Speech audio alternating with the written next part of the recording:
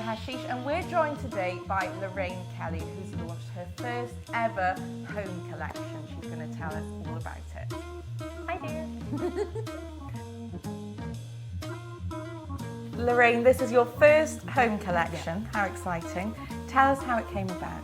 Well, to be honest, I guess it's come out of the fact that already I do a collection for J.D. Williams for women's fashion. And it just kind of came out of that, really. But to be honest, it's something that I've been very interested in. But, you know, if you came round to my house for a cup of tea, actually, yeah, it's very much so.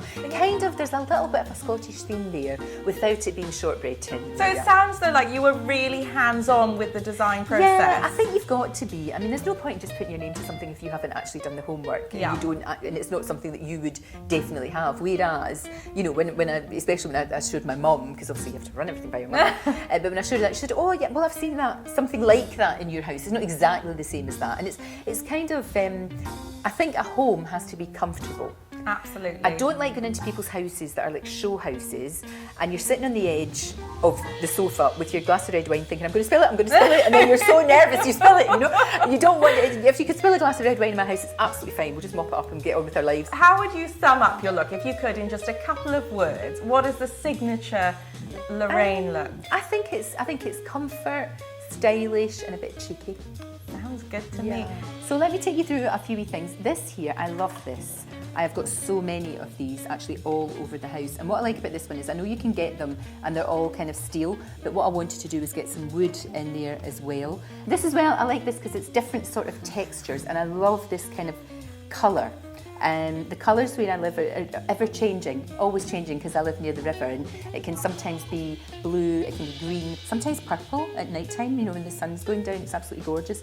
This other wee lamp here, this is kind of a little bit different. Let's have a look at this guy. Very light, very easy, and just quite cheeky. And I like the fact we've got this sort of rope round here. It's almost like kind of, it reminds me, I know it sounds mad, but it reminds me of sort of fishing, in a fishing boat and stuff like that.